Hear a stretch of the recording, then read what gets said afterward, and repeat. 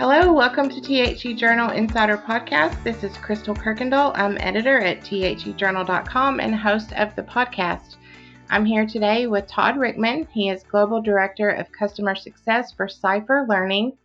They are a major player in the competency-based education world and offer several solutions, learning management systems for K through 20 and adult learning and company training platforms as well, all based on competency-based education. Welcome to the podcast, Todd. Hi, thank you so much for having me. You're welcome. I'm really glad that we could continue this conversation that we began in the spring and then had a little bit more discussion at ISTE in June in New Orleans, and it was a pleasure chatting with you both of those times, and I'm glad we could follow up and devote a little bit more time and share what you guys are up to at Cypher Learning. So can you tell us a little bit more about Cypher Learning and your own background in education? Yeah, of course. So I'll start with my own background. I spent 15 years as a classroom teacher. I taught world history, a class called AVID, which is for first generation college-bound kids, and a class called Social Dialogues, which was about racism, sexism, homophobia. And then I found my way to the district office where I was assistant sup or slash CTO in charge of all learning systems, incorporating technology into the curriculum. I was responsible for training teachers, and I spent 9 years doing that. And a little over a year ago, I joined Cypher Learning. I had been a customer a long time ago. I found the platform before anybody even knew what an LMS was, and Cypher Learning was in its infancy. About Cypher Learning. So we are a global company. Our founder, Graham Glass, started it with the vision that something drastically needed to change with the way we educate kids and adults. And so he built a learning management system based on competency-based education, and he took it to market. He focused primarily on the global market at first because he found his marketing dollar went a little bit farther. So we're not necessarily a household name in the US, but well known around the world and beginning to really grow our brand in the US. And it's exciting times. We just feel competency-based education is the answer to a lot of the issues that educators have. And so we're looking forward to supporting them. Awesome. So before we get too deep into Cypher Learning and the way that you guys address current problems in education, I want to ask a sort of a general question. Why does it seem like competency-based education as a movement or an educational model is getting talked about more and gaining steam faster now in the United States than it was 5 or 10 years ago? Or is that just my impression? No, I think it definitely is. I think it is for a couple of reasons. You know, we as educators for a long time have gotten really good. I describe it as really good at moving the deck chairs around on the Titanic. We've tried different things. We've had it look different. And we come to the same outcomes for kids, unfortunately. Some schools do it better than others, but by and by it's the same outcome for kids.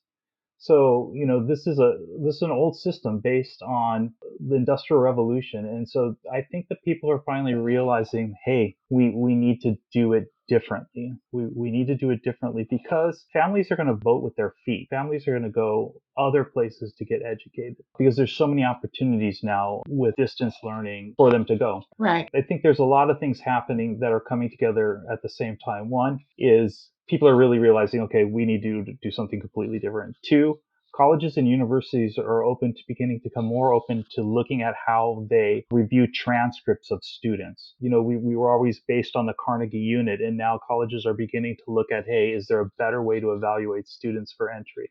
So that's playing in. And then also some really successful models, not just from around the world, but from now within the United States that are showing exactly the value of competency-based education.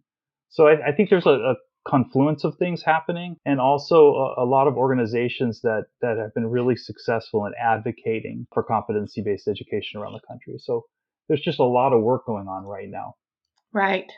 So for the listeners that are not familiar with the ins and outs and sort of the foundational setup of competency-based education, can you tell us what it means at its core? And then let's talk about how those core aspects of address shortcomings in the traditional K-12 educational model?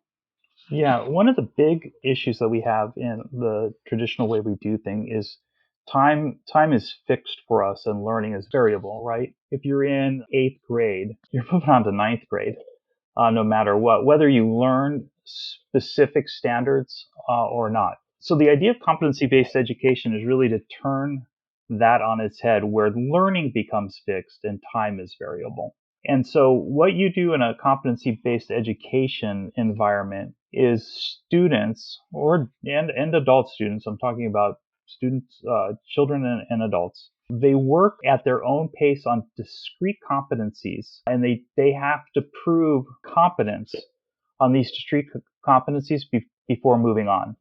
And they move at their own pace. So some students are going to move really quickly through them. Some students are going to take a little bit longer. But the idea is that everybody has really their own individual education plan. You know, we talk about IEPs in the special ed world. And so the idea of competency-based education is really an IEP for every student. And in our traditional way of doing it, that's really hard. I mean, teachers are really tasked with differentiation because teachers are expected to do everything and own the learning in a classroom. In competency-based education, it's really the students that own their own learning. They are the ones that drive their own. So we talk about student ownership of learning in a competency-based environment. That really is true. So how widely used is CBE today? Is there a way to estimate the percentage of school districts or students that are learning or using the CBE model? You know, I can't speak for total statistics because I'm not sure, but there are organizations that I'm involved with that have hundreds of school districts that are using CBE in some capacity or another. Some districts have CBE academies. Some have large portions of their schools that are CBE, that opt into CBE programs. And then there's entire schools who are experimenting with CBE. I don't know the numbers. I know of instances of great success that I'm happy to talk about. Yeah, that's my next question. So, what are some examples of successes that schools or districts have seen as they've emphasized the CBE model? One is a school district in Wisconsin called Kettle Moraine that has a CBE academy. I actually got to visit them and see firsthand what they're doing, and it's incredible. And so an example of how their academy works is that students that come into their high school sit down with an academic advisor and decide on that they've mapped all of the all the Common Core standards to discrete competencies. And so an academic advisor sits down with every student and maps out their competency path, how they're going to get from being a first day high school student to graduating. And every student is going to take a different path, which is really exciting. And so a freshman student will say, these are the competencies that I want to work on first semester, let's say. And let's say the same student plays football. And so the student goes, you know what, I'm really, really good at math. So math is going to be easier for me. I'm going to focus on my competencies in math first semester and maybe some competencies in science. I'm going to leave my English competencies for second semester where I'll be less busy, for instance. And so they sit down, they work through the competencies, and then the way the courses are set up at Kettle Moraine is they have a variety of very, very exciting courses. I think a lot of teachers would jump at the opportunity to teach some of these classes because they're not the traditional history class or core 4 class that you would expect in a high school. In fact, their most popular course is the history of poison and murder, and it's taught by the band teacher, which is even better. And how that works is the students, the course listing says you can work on competencies in this class in English because they do writing. You can work on competencies in science because they're looking at the chemistry of poisons. They're doing historical analysis. There's some math involved. And so within a single course, students have picked competencies that they're going to be working on their competency map. And what they do is for freshmen, the teachers tell them, this is the evidence you're going to provide me to prove that you're competent in this whatever this discrete competency is. For some students, that might be one piece of evidence because they show immediately, hey, I'm super I don't need to show you anymore. I already got this. For some students, it may be, 5 different pieces of evidence for that same competency. The students then, as they're working on the competencies, they are working with teachers in individual departments. Since a teacher is credentialed in English, the teacher is the only one that can credit them for English credit. So the English teacher is the one that reviews their, whatever their work is, their evidence for, let's say, their English competency. And they're the ones that then credit them based on whether they're competent or not. Kettle Moraine has broken up, they do partial credits, right? So you might be taking a variety of classes and getting partial credits in English as you go. What's really nice about this format is that when you walk into a classroom, the classes are co-seated. So you have traditional GATE and AP students seated with traditional just college prep students, seated with special ed students, and you would have no idea because they're all working on different competencies based on the content they're taking from the course. It's really, really exciting. And the best part of it for teachers is the hardest working people in the classroom are not the teachers, it's the kids, the way it should be. The kids are owning their own learning. And the other thing that has happened in Kettle Moraine that's just really exciting is that kids don't talk about failure. They don't talk about grades. They don't ask what their GPA is. It's all about whether they're competent or not. Have they met their competencies?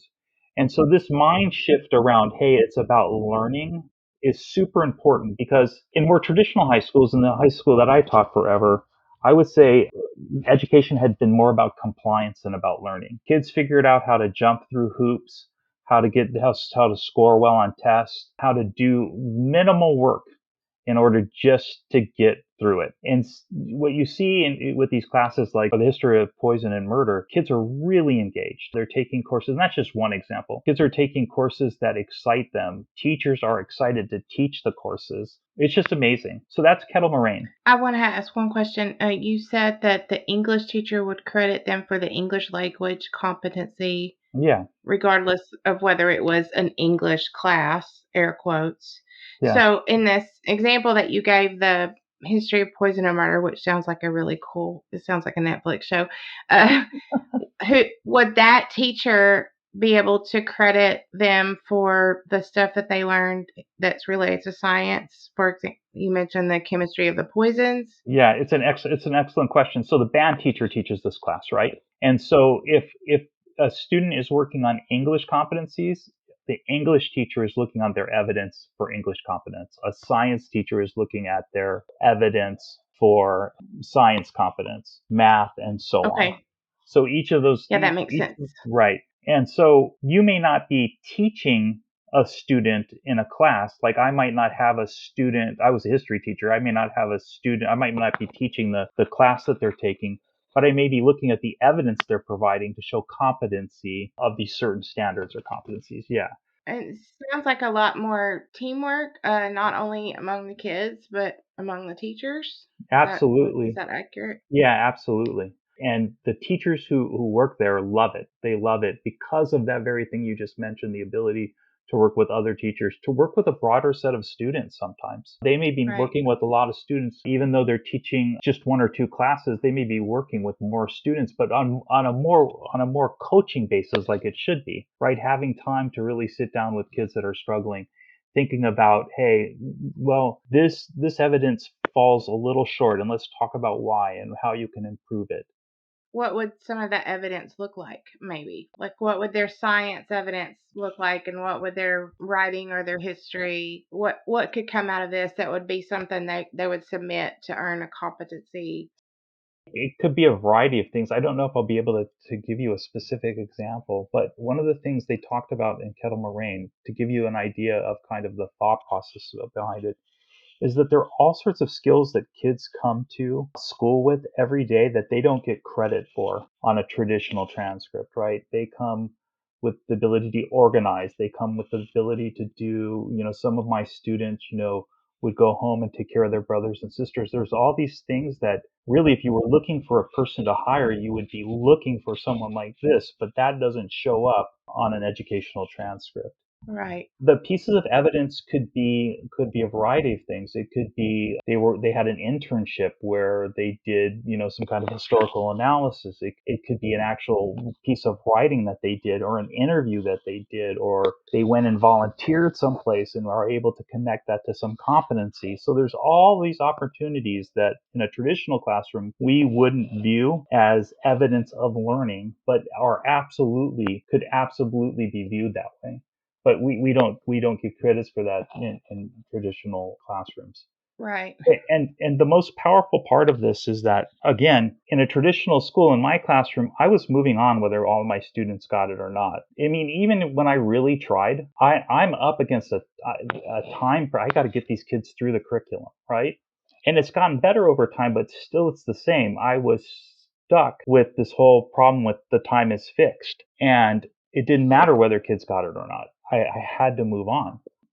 At Kettle Moraine, as freshmen, they bring everybody in and assess them in English. And if they assess out of English 9, let's say, they just transcript them for an A for completing English 9. Their feeling is, why am I going to make kids sit through English 9 if they can show that they're competent in it? In the school that I taught at, you took English 9 whether you were a genius English student already or not. You were going to sit through an entire year of English 9.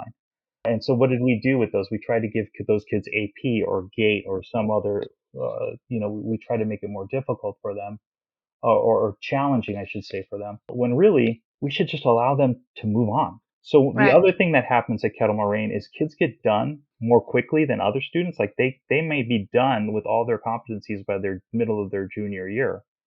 And what they do in those cases is they set up internships for those students. So those students, instead of coming to class, they are actually getting a real life experience before they go off to college, before they go into the work world, whatever they choose to do. They now have real life experience, or work experience that they can take with them. It's amazing. It's amazing. And more schools around are trying things similar. It all looks a little different, but the philosophy behind it is the same. Speaking of looking a little different in schools trying things out, are there any, I guess, federal, it would be a federal guideline, or even on the state level, that would make that would help a school district dip their toe into CBE, or is it just completely wholly unaddressed at the federal level? Like, I To guess, you think about school districts doing it different, and you think, oh boy, here we go, because they seem to not want to work together nationally or on the state level unless they're forced to, Yeah, because people want local control of schools, which is 100% fair. But then how do you help people make their school districts more efficient and more successful and more about learning and less about timelines and yeah. statewide assessment scores? Yeah, it's an excellent question. What's really happening is that there's a few organizations that are lobbying state and federal governments around this. One of the big ones that I know of is called the Aurora Institute. They are doing a lot of work in competency-based education, and doing exactly what you're asking, lobbying the federal and state governments. It's really hard because everything is tied to a master schedule and time in a seat, right? Hmm. We gauge how long has a student sat in a seat rather than what they're learning, and so that's a tough cycle to break. But schools are finding clever ways around some of these blockers to get the job done. Kettle Moraine being one of them, and so it's tough. It's really tough. Right now, these programs are primarily opt in because you need parents to say, hey, I want my student to be part of this. And so that's one of the main ways around a lot of what you're talking about, is that no, students are not being forced into programs like this. Their students are opting in. Right. In the district that I left, before I left, I helped start a competency-based education program for I didn't start the at-risk part of it. It was for at-risk students. That was being done by an amazing teacher prior, but they adopted a competency-based education model, and they're having wonderful success with it.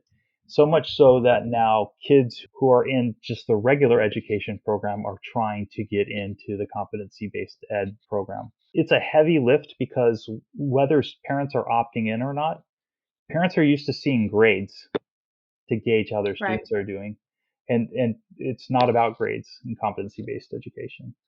How does that message get translated from the CBE teachers and staff to the parents who, have two jobs and blah, blah, blah, and they're busy? Like, how do you boil that down quickly to get Yeah, parents on board with it?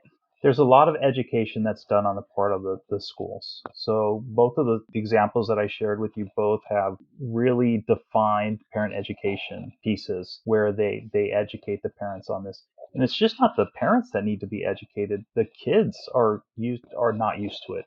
The kids are used to being, told, hey, here's exactly what you're going to learn rather than you tell me what you want to get out of this.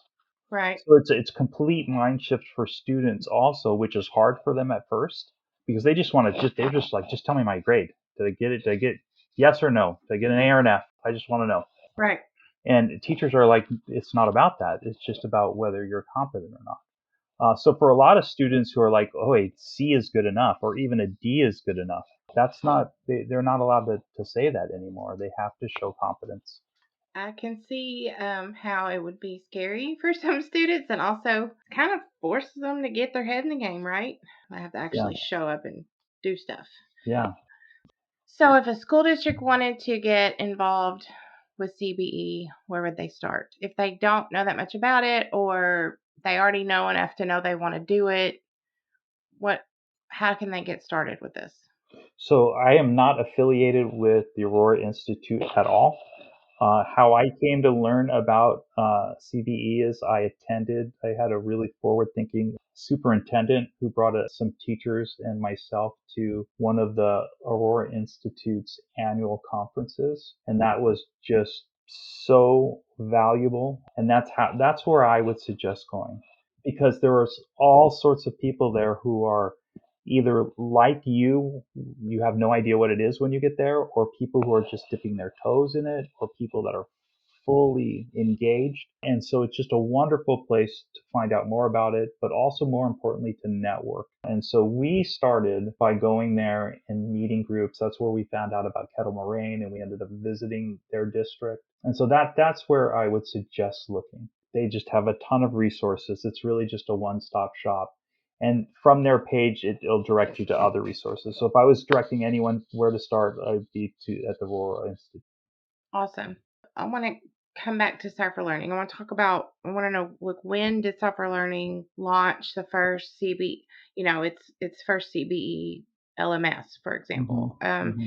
And like, how do you come up with your platform and what's on it? Because it's obviously not set in stone like a traditional model school platform would be, right? Yeah. So it's an excellent question. So Graham, our CEO, is really also our product manager, and he is an educator. He was a teacher, and he stays very up on current trends in competency-based education. He's the person that's always driving the changes within the platform. I can tell you that when he first started the company, his whole vision was around competency based education. So the goal of the platform really was to provide an environment or a stepping stone from really what's traditional grading practices and instructional practices to competency based education. So we do both. Our platform does both. So if there are teachers who want to grade in a traditional way, they approach instruction in a traditional way, we're excellent at that. The thing that we have going for us, though, is at our core, we were built around competency based education. So as it's become a fad, there are some vendors and some companies that are trying to bolt on competency based education, and it's really not part of their DNA. It's really at the heart of everything we do. And like I said, we do traditional really well too. But I think that our ultimate goal, and I think it's Graham's ultimate goal in starting this company, was to inspire kind of a revolution of instructional change. And so we can support teachers or districts or companies going that direction, then that's what we really want to do. That would be our mission, I would say. Awesome. At the journal, as well as many other outlets, we've covered, the dramatic drops in reading and math test scores as the pandemic took its toll on learning continuity. Yeah. in your opinion and informed opinion, I guess, does online or remote learning shoulder any of the blame here? And is there an opportunity for CBE to drive improvements as students try to catch up from COVID learning loss? Yeah, so if I'm recollecting correctly, it was fourth and eighth grade that people were primarily looking at the scores of fourth and eighth graders. And what we have to remember is, first of all, fourth graders, when they took that test, that would have been the first time they were taking a standard-based exam, because they would have been in second grade, maybe first, when the pandemic started. So Right. that was the first time that they were sitting down for a standard-based exam. So that's something to consider. The other thing to consider is that when we think about when kids were at home learning, who was there with them? This will be especially true of eighth graders, right? Were parents home, or were these eighth graders watching siblings during the day? Was there somebody that was sitting and making sure that students were engaged? Of course, the pandemic and online learning is partially responsible for the drop in test scores. But I also think that there's so many things at work that it would be hard to ferret out exactly what caused it. Yeah, like I said, there were some kids whose both parents were home. They had quiet environments to work in. Their parents sat and made sure that they were engaged. And we also know that there's so much evidence around the importance of social interaction in education. I mean, education to me is very much a social endeavor, and a lot of these kids were stuck at home, unable to socialize. So I just, there's a lot that's going to come out of that, a lot of research that will be done. And yes, I think that competency-based education could really help recoup some of those losses, but I also think that there's going to have to be a lot of learning recovery that's going to need to take place with these kids. And different school districts are attempting that in different ways. There's no question. You take kids out of a classroom for 2 years, and even the year that they came back and they were testing, Crystal, if you remember, the pandemic was still going on. There were kids missing 2 weeks at a time. There were teachers that were getting sick and missing. So it still wasn't perfect even when they came back. As we look into 2023 and beyond, what's on the horizon for the CBE movement and/or for Cypher Learning? Yeah, for the CBE movement, more of the same. I think that we're going to continue to see growth, districts that are willing to experiment. And so it's super exciting. There's also a movement. There's an organization that is lobbying colleges and universities right now to reevaluate how colleges and universities evaluate transcripts. So there's a competency-based transcript consortium that is getting colleges to accept competency-based transcripts. That's what's happening. So I think that all of those things will happen. And I think with Cypher Learning, the thing that we're most excited about is our growth. We're growing tremendously, and we're going to grow tremendously in the United States in 2023. And our ability to support school districts and teachers that want to dabble in this in a way that's safe without having to abandon what they've traditionally done, I think is what we're most excited about. And I think that that's one of the things that we really do well, is that if you were to adopt like our platform, you don't have to wholesale go into competency-based education. In fact, you don't have to do it at all, but it's there in case you want to. And it's there in case you want to dabble in it, and we can support that work. I'm really excited for 2023. I think it's going to be a watershed year for us as a company, and I also think that you're going to see more and more school districts, whether they're our customers or not, really continuing to look at competency-based education as a possible solution for a lot of the struggles that they're having reaching kids and adult learners. Right on. All right. Thank you so much, Todd, for being with us today. And I have so many more questions, but for this podcast episode, we're almost out of time.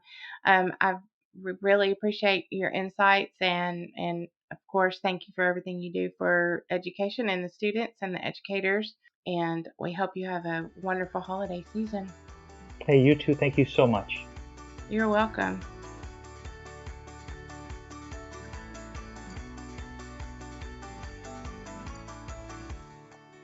Thanks for listening to the THE Journal Insider Podcast. You can find this episode and more information, links to references mentioned during the episode at thejournal.com. You can also find us on YouTube and all of the many podcast streaming platforms. Thank you for listening. Have a great day.